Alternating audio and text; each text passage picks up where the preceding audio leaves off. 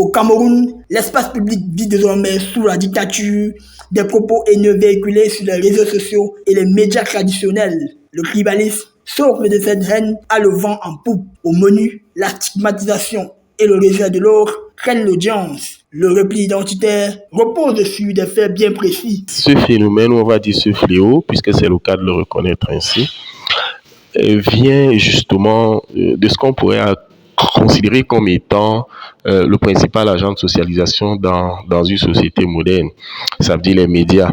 Parlant des médias, ici, on peut évoquer le cas des médias classiques, radio, télévision, presse et des médias nouveaux, des nouveaux médias qu'on pourrait en fait résumer en ces nouvelles technologies de l'information et de la communication.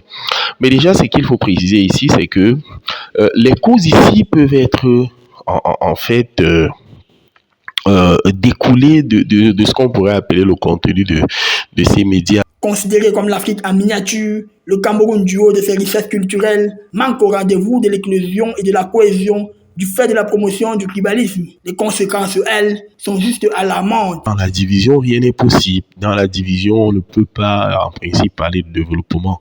Raison pour laquelle il est possible, justement, que dans une mauvaise mouvance comme celle-là, ça veut dire la mouvance du tribalisme ou du repli identitaire, que des personnes se retrouvent, par exemple, à ne pas s'entendre avec les autres, tout simplement parce que peut-être ils sont pas de la même tribu. Afin de lutter contre ce fléau qu'est le tribalisme, l'État du Cameroun a inscrit sous ses textes de loi des articles condamnant fermement le tribalisme. Le ministre de l'administration territoriale, Paul Atangadi, dans ses différentes sorties médiatiques, n'a jamais manqué de rappeler les sanctions auxquelles s'exposent les tribalistes. L'opinion, quant à elle, pense qu'il faut retourner à l'éducation scolaire et religieuse. Et si on s'en tient donc à cette façon de voir les choses, je pense que ce sera possible de résoudre le problème en partant justement de là où le problème est arrivé et en essayant justement de revoir un certain nombre de choses au niveau de